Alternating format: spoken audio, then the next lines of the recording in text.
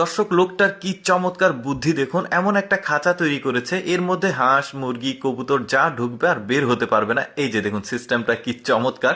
এই খাঁচার মধ্যে খাবার দেওয়া হবে, কবুতর হাঁস মুরগি যেটাই ধরার প্রয়োজন সে ঢুকবে, কিন্তু এখান থেকে বের হতে পারবে না। কি চমৎকার। এমন একটা তালা, একটু লক্ষ্য করে দেখুন, এই তালার লক কতগুলো কতগুলো লক খোলার পর এই পুরো তালাটি খুলবে। পেছনের অংশে একটা লক, মাঝখানে একটা লক, ডান পাশে একটা লক। দেখুন, একটা তালার কয়েকটা চাবি, কিন্তু একই চাবি না, আলাদা আলাদা সবগুলোই। কি একটা অবস্থা! এরকম এক্সেপশনাল তালা আগে কখনো দেখেছেন কিনা আমি জানি না, আমার কাছে বেশ চমৎকার লেগেছে। তারপরে দেখুন, বাদাম ছেলার জন্য এমন একটা চমৎকার জিনিস ওরা তৈরি করেছে। বাদামগুলো ওই যে ভেতরে দিল, এখন এটা দিয়ে চাপ দিলে বাদামগুলো নিচে পড়বে আর খোসাগুলো ভেঙে যাবে। কি চমৎকার! তারপরে দেখুন, নষ্ট ফ্যানের পাখা দিয়ে একটা চমৎকার জিনিস তৈরি করেছে। এটা হচ্ছে গ্রাম অঞ্চলে ওই যে ধান যখন শুকাতে হয়, অনেক ধানের মধ্যে খড় থাকে, এই খড়গুলো চমৎকারভাবে পরিষ্কার করা যাবে। এই বুদ্ধিটা কিন্তু কাজে লাগাতে পারে গ্রামের মানুষজন। তারপরে দেখুন, এই যে দেখতে পাচ্ছেন খড় কাটছে, এটার জন্য একটা দারুণ হেলমেট তৈরি করেছে, এই যে সয়াবিন তেলের যে বড় বোতল সেটা দিয়ে। তারপরে দেখুন, এই লোকটা কিভাবে সুন্দরভাবে ময়লাগুলো পরিষ্কার করছে, গায়ে পড়বে না, ছাতা দিয়ে, দারুণ। তারপরে দেখুন, এই জিনিসটা একসঙ্গে দুইজন মানুষ প্রয়োজন হয় বস্তা লোড করার জন্য, কিন্তু এটা একাই করা যাবে। এই বোতলের তলার অংশ কেটেছে।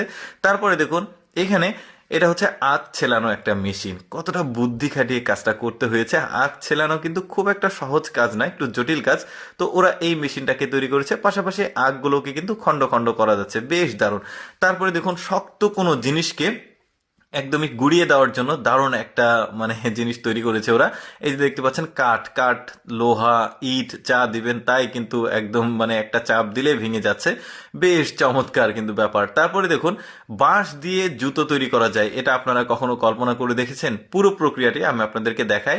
এই বাঁশগুলো সংগ্রহ করে নিয়ে এসে আগুনের তাপ দিয়ে চোচাগুলোকে নরম করা হচ্ছে, তারপরে চোচাগুলো তুলে ফেলা হচ্ছে, তারপরে বাঁশগুলোকে ফালি ফালি করে এখান থেকেও কিছুটা চোচার অংশ তুলে রোদে শুকিয়ে এটাকে একদম পাটের যেভাবে দড়ি বানায়, অনেকটা ওই রকম ভাবেই দড়ি বানাচ্ছে। এই দড়ি দিয়ে জুতা তৈরি করা হবে। প্রক্রিয়াটা একটু দেখতে থাকুন আপনারা। দেখুন, দড়ি বানানোর পর ওই দড়ি দিয়ে জুতার তলার যে অংশ, সেই অংশকে প্রথমে তৈরি করা হচ্ছে স্ট্রাকচার অনুযায়ী। একটা কাঠের উপরে ফ্রেম তৈরি করা আছে। হ্যাঁ, এটা হয়ে গেছে। এখন পরিমাপটা দেখা হচ্ছে যে পরিমাপটা ঠিক আছে কিনা। তারপরে পরিমাপটা ঠিক থাকলে এটা পরের ধাপে যাবে। দেখুন, একটা মেশিন দিয়ে চাপ দেওয়া হচ্ছে যাতে জিনিসটা স্ট্রেট হয়। ওইটার ওপরে রাবার জাতীয় কোনো কিছু দিয়ে সুন্দরভাবে আরেকটা মেশিনে চাপ প্রয়োগ করা হচ্ছে।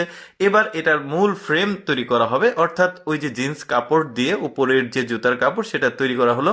দেখুন, কি চমৎকার বাঁশ দিয়ে তৈরি করেছে জুতো, যদিও কিছুটা আলাদা উপকরণ আছে। তারপরে দেখুন, এখানে হচ্ছে ওই যে অ্যালুমিনিয়ামের যে যে হাতা